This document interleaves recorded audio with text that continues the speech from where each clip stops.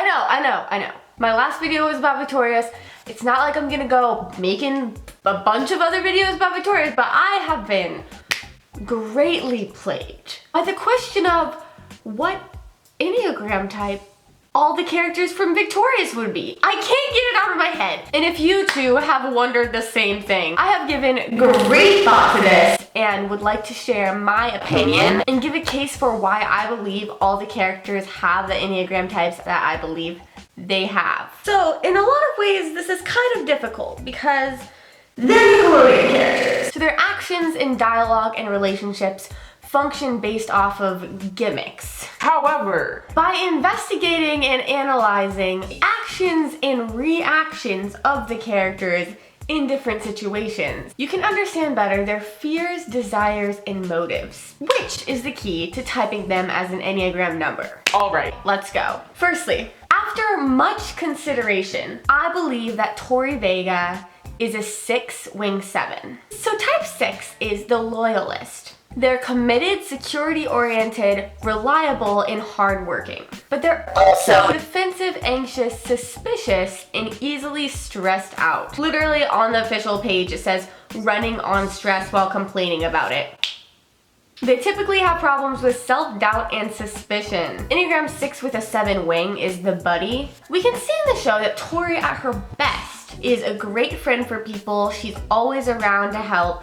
She will go out of her way to do anything for her friends. She's very driven and motivated and hardworking. But when Tori's being her bitch ass self, which is most of the time, it is because she feels insecure or out of place or left out of a situation. That's when she gets super stressed, complains all the time, doubts herself and the people around her and her relationships with the people around her, and basically just becomes this complaining, sleuthing, insecure, whiny asshole. Whereas when she feels secure in herself and her relationships, and when she feels like she can trust the people around her, then she steps up to the plate as a very protagonist, leadership-oriented, star of the show type of personality, which makes sense with her 7 wing. Cat Valentine. I believe that Cat Valentine is a 9 wing 1. A lot of people would think naturally that she's a 4 just because she's so weird, but 4s, I'm a 4. Never could have guessed. No, it's not me. 4s are motivated by the desire to have a personal, individual significance. They want to create a path for themselves, and they're very self-aware and spend a lot of time thinking about their identity and who they are, and every decision they make is based on their identity, and like it's this whole thing. And I don't think that Kat actually thinks about herself very much. I think she just like kind of is weird. She doesn't really like try to be. She's not like trying to be that quirky cute friend.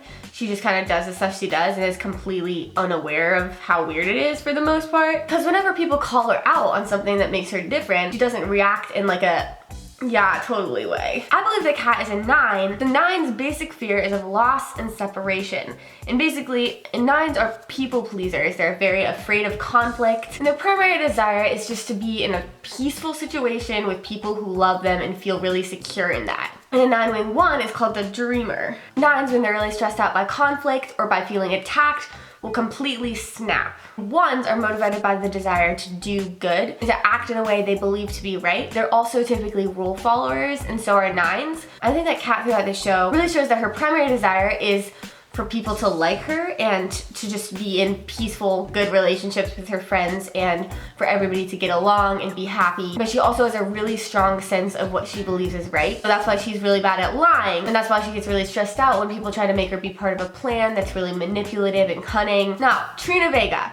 I believe Trina Vega is a 4 wing 3 because unlike Kat, Trina really is clearly motivated by the desire to be special and to have some special place in people's hearts and to be the star of the show in a way that sets her apart. She's obviously very self-obsessed and is also just kind of like completely lost in her own brain about her own identity, which can be an unhealthy 4 thing. It's really ironic. 4s are supposed to be really self-aware because they think about themselves all the time, but when you get get too self-aware, then you actually have a completely off view of how other people perceive you, because you can't get outside of yourself enough to see that you're actually being crazy or that you're actually being the worst, and people all think that about you because you're so inside of your head all the time. The 3 is the achiever. They're very performance oriented, and they get their primary affirmation from achieving things and then having people recognize that. Andre Harris. I think that Andre is actually a 3-wing 4. At first I thought he was a 3-wing 2, but I really think that he's a 3-wing 4. So as I said before, 3s are the achievers. They're very driven, they're very motivated. The type of people that are usually really good at public speaking or performing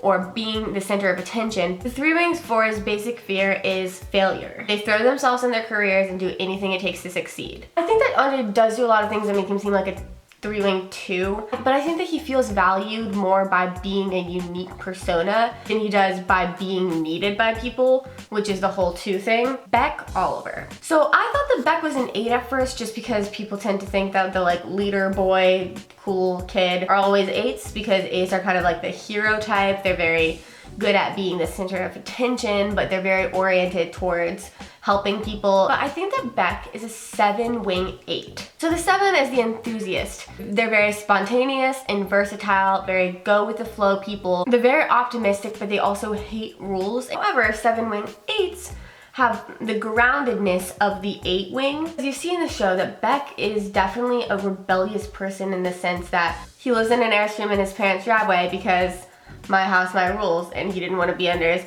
dad's rules. But he's also very easygoing, very confident, very comfortable, and he's not self-absorbed. He's not someone who seeks to be the center of attention, but he's really good at stepping up to the plate when he needs to be. He's super driven and focused towards his career. I'm reading this off of crystalknows.com. 7-wing 8 strengths are staying high energy and positive, natural self-confidence and charisma, ability to assert themselves, remaining calm in situations of crisis. That is Beck in every situation. That brings me to Jade.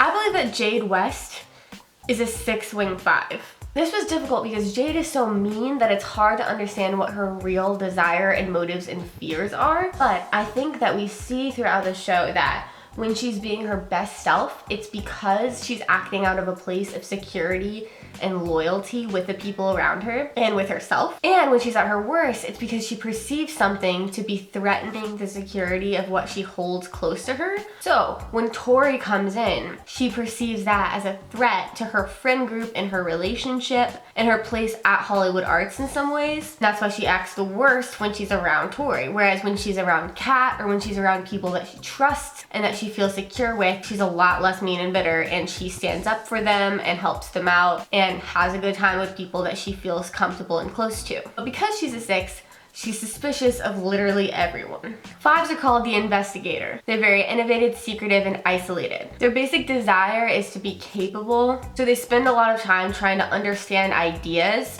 because they get their primary motivation out of knowing things. The 6-wing 5 is called the defender. Their basic desire is to have security, so they seek really strong and stable relationships. But they're also very skeptical of the world and can come across really cold and aloof and angry. Literally Jade.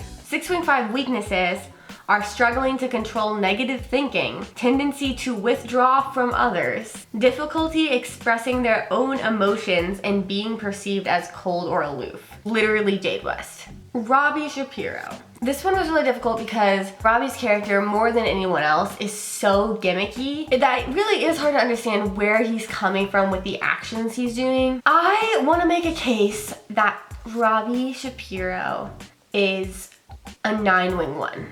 I could also see him being a 4-wing 5. I think that Robbie more than ever wants to fit in and wants to be liked by people, but just gets really bad luck with that all the time. And so he just complains and irks about it all the time. I think that Robbie is primarily motivated by people liking him. Because remember in Rabarazzi, when he gets that validation from all the people that are watching his show, and he completely forgets about being a decent person because he's so caught up in people liking him. He really craves that and desires that and goes out of his way to like change himself in different parts of the show in order to be liked by people.